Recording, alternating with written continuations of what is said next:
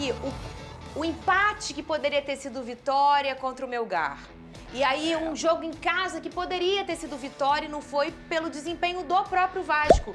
Pedrosa, eu quero que você comente essa partida, o que você achou de 0 a 10, que nota você dá pro Carille, de 0 a 10, que nota você dá pro time, porque você sempre traz esse recorte. Sim. Às vezes o treinador acerta, mas o time não funciona. Conta para mim, Lucas Pedrosa. Eu vou dar uma nota conjunta, que eu acho que eles funcionam juntos. Nota 4 para ambos. 4? Nota 4. Veneno vai nem pra recuperação. Não, ontem foi triste, assim, se a gente for olhar os primeiros 15 minutos do jogo. Foi bem pegado, jogo de competição continental, o Lanús não é nenhuma baba, muito pelo contrário, é o adversário mais forte do grupo. Veio aqui para empatar, inclusive tem uma estatística que nos últimos 10 jogos o Lanús venceu 2 e empatou 8. Ou seja, essa equipe tem dificuldade de ganhar, mas também é difícil de perder. E o Vasco entrou muito nesse jogo, talvez mental ali nos primeiros 15 minutos, não conseguiu ficar com a bola. Já a partir dos 20 minutos, a equipe conseguiu equilibrar um pouquinho. O Paulo Henrique fez uma ótima partida, talvez tenha sido o grande cara aí, tanto defensivamente quanto ofensivamente, com o Ryan, com o Jair construindo pela direita, mas do lado esquerdo, Coutinho, Nuno e também o Lucas Piton claramente estavam desgastados, cansados e não conseguiram produzir tanto para o Vasco. Mas o Vasco ainda conseguiu controlar ali no primeiro tempo.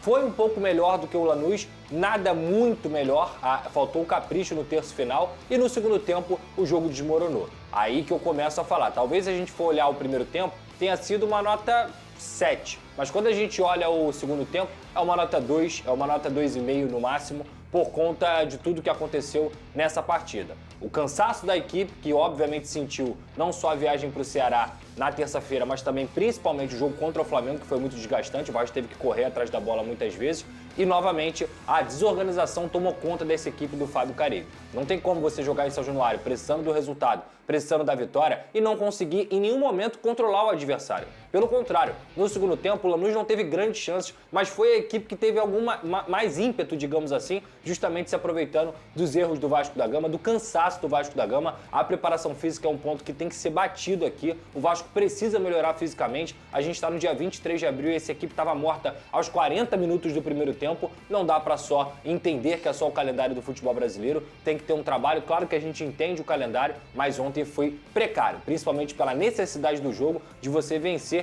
e conseguir chegar a 7 pontos. Então, no segundo tempo foi um show de horrores, até como a gente destacou ontem na transmissão. Vasco muito mal, Carille demorou a mexer, foi usar as duas últimas substituições aos 90 minutos do segundo tempo. Vai ganhar que jogo assim? Não vai ganhar jogo nenhum. Então, para mim, o Fábio Carille deixou a desejar, assim como a equipe também, que errou muitos passes, estava desatenta, estava cansada em campo, um jogo bem ruim do Vasco da Gama e que me deixou assim decepcionado, mas, repito, o Vasco ainda está vivo sim na competição. O ás de ouro do Vasco, o Vene Casagrande, é sempre São Januário.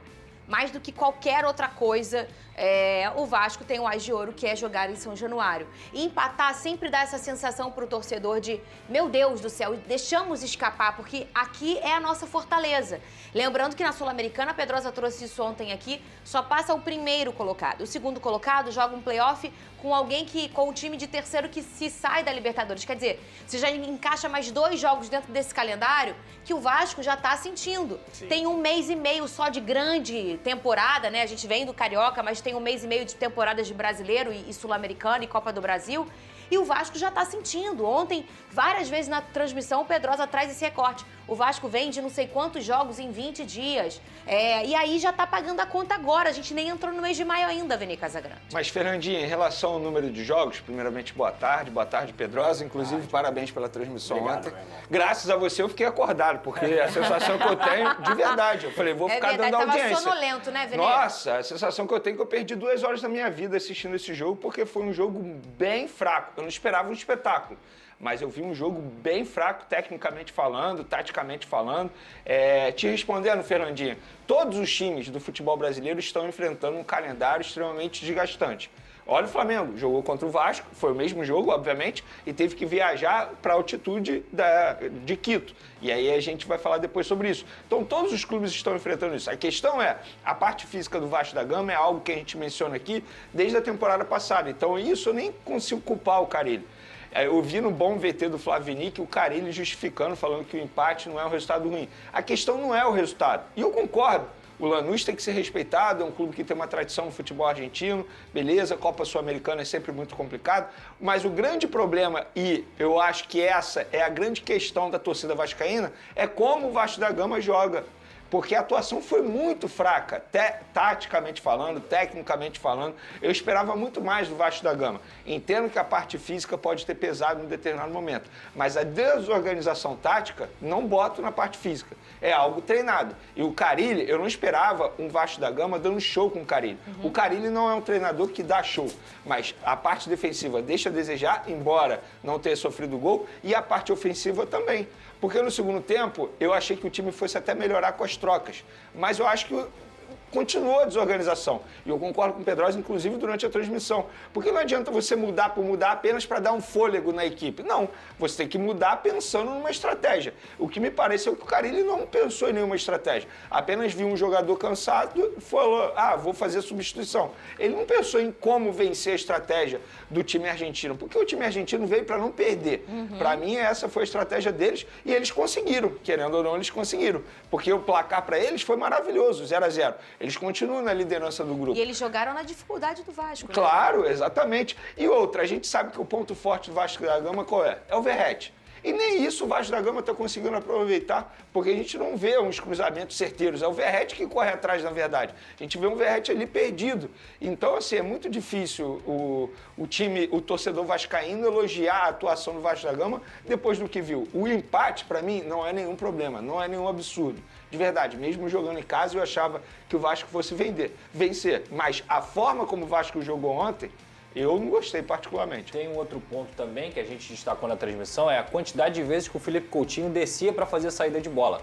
Ele é um jogador que a gente sabe que ele só aguenta 70 minutos. Se ele ficar descendo toda hora para fazer a saída de bola, ele não vai conseguir estar lá na frente para poder decidir. Pede pro Arrascaeta toda hora descer para fazer a saída de bola. Você vai ver se ele vai conseguir estar lá na frente. Ele não vai, porque fisicamente são jogadores que sentem esse tipo de situação, tecnicamente são muito qualificados, têm condições de decidir qualquer jogo, mas toda hora, pela falta de organização dessa equipe, descia o Felipe Coutinho para fazer a saída de bola. Aí, num jogo que ele está desgastado pela partida que aconteceu contra o Flamengo, ele não consegue chegar lá na frente para fazer saída de bola e também finalizar as jogadas. Então isso também foi um problema do time do Fábio Carille ontem. Falar em Carille, Venê e Pedrosa, e você de casa, aumentou, você acha, Pedrosa, a pressão para ele? Eu quero a sua opinião também, Venê. Porque ele, mais uma vez, ontem foi vaiado. Vocês até mostraram isso na transmissão aqui do SBT.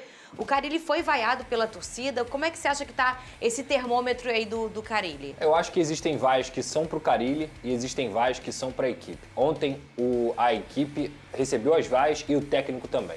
Tem jogos, por exemplo, que eles vaiam só o Carille. É doido, né? A torcida vaia só... Ontem não. Eu acho que foi uma vaia conjunta. Seja pro Fábio Carille e também pra equipe. Porque a equipe foi muito mal dentro de campo. Eu já falei isso aqui. Não adianta ficar culpando só treinador, gente. Quem joga é jogador. Quem acerta passe é jogador. Quem vai estar posicionado pra fazer algum tipo de situação no terço final, ter uma jogada decente do capricho, é o atleta. Claro que o técnico, o coletivo, potencializa o individual. Mas não adianta só cobrar do técnico não, cara. Tem que cobrar dos jogadores também. Eu acho que ontem a torcida do Vasco vaiou a atuação como um todo, tanto na parte da organização por conta do seu técnico, quanto também dos jogadores em campo. Então, eu acho sim, aumenta a pressão? Aumenta a pressão. A grande pergunta, Fernanda, não é, vai demitir o Carille ou não? Beleza, demite o Carille. Quem vem? Quem vem? Porque o Santos está sem treinador, o Grêmio pegou o Mano Menezes. Imagina colocar o Mano Menezes em São Januário. Aquilo ali acaba. Aquilo ali acaba. O Corinthians estava acertado com o Tite, aí por um problema mental, inclusive força ao Tite, não deu certo. Depois o Corinthians agora está viajando para conversar com o Dorival. O Corinthians está perdido, tentando achar técnico. Então tá todo mundo nesse bolo. Vai demitir o Carille? E vem quem? Com pouco tempo de trabalho. Ele fala ontem na coletiva. 2 dias, como é que eu vou treinar o time? Não. Como é que eu vou treinar a equipe? Como é que eu vou aprimorar a parte física? E o Felipe Luiz deve falar a mesma coisa, porque há 2 semanas o Flamengo era a melhor equipe do Brasil. Aí já tem dois jogos que o Flamengo não tem resultado. Aí é no resultado que a gente vai se basear, que o Flamengo não é a melhor equipe ou a boa equipe do Brasil. Então assim, cara, não adianta. Vai trocar de treinador, tem que ter muita certeza nessa troca. Porque se você não tiver certeza, sabe o que vai acontecer? Em 5 rodadas vão estar pedindo a cabeça do próximo treinador. A minha opinião em relação ao Carille é a mesma, prazo de validade. Eu não vejo Carille terminando a temporada como treinador do Vasco da Gama. Porque a todo momento é isso. Faz um jogo ok, que foi um jogo ok contra o Flamengo, foi apenas o primeiro tempo bom, porque o segundo tempo eu achei ruim do Vasco, agora ganhou uma sobrevida. Aí faz um jogo terrível diante do Lanús, agora a pressão aumenta. É sempre assim. Então a gente sabe que quando acontecer 2 derrotas seguidas, a torcida vai pedir a saída dele e bem provavelmente a diretoria vai acatar. E eu acho que essas vaias aos jogadores ontem é muito por conta disso, porque os jogadores estão apoiando o Carille. Publicamente, inclusive. Sim. Todo gol que faz, vai lá comemorar. Aí, no pensamento do torcedor, pelo menos eu imagino, vocês estão apoiando o treinador, então a gente também vai vaiar vocês, para ver se vocês melhoram em campo. Pode porque ser. a gente sempre fala isso aqui, né? Porque pra mim, o torcedor vê tudo, né? Prazo de validade. Pra mim, quando começa assim... Mas eu acho que talvez essa temporada vai ser um pouquinho diferente. Olha como que estão sofrendo esses times. Eu acho que nunca foi tão desumano um calendário como desse ano. Começamos antes, vamos terminar depois. Nunca começamos um estadual 10 de janeiro e nunca terminamos um brasileiro. Estou falando futebol moderno recente. Literalmente de janeiro a dezembro. É literalmente assim. 3 dias antes do Natal que vai acabar o Campeonato Brasileiro. Então, os times que estão nessas competições internacionais, né, intercontinentais, na verdade, e também nas competições nacionais, que elas estão só começando, tá todo mundo jogando ainda, esses times vão passar esse sufoco com o treinador importado, com o treinador brasileiro, com o treinador retranqueiro. Você sabe que a CBF está torcendo para nenhum brasileiro ganhar Libertadores, né? Porque o Mundial, no fim do ano, começa antes de acabar o Campeonato Brasileiro. Vai ser pior do que foi com o Botafogo ano passado, que quase não chegava no Mundial. É isso, exatamente. Para terminar Qual o é o próximo jogo do Flamengo? O Flamengo pega o Corinthians domingo. Imagina se o Flamengo não ganha. 3 jogos seguidos sem ganhar.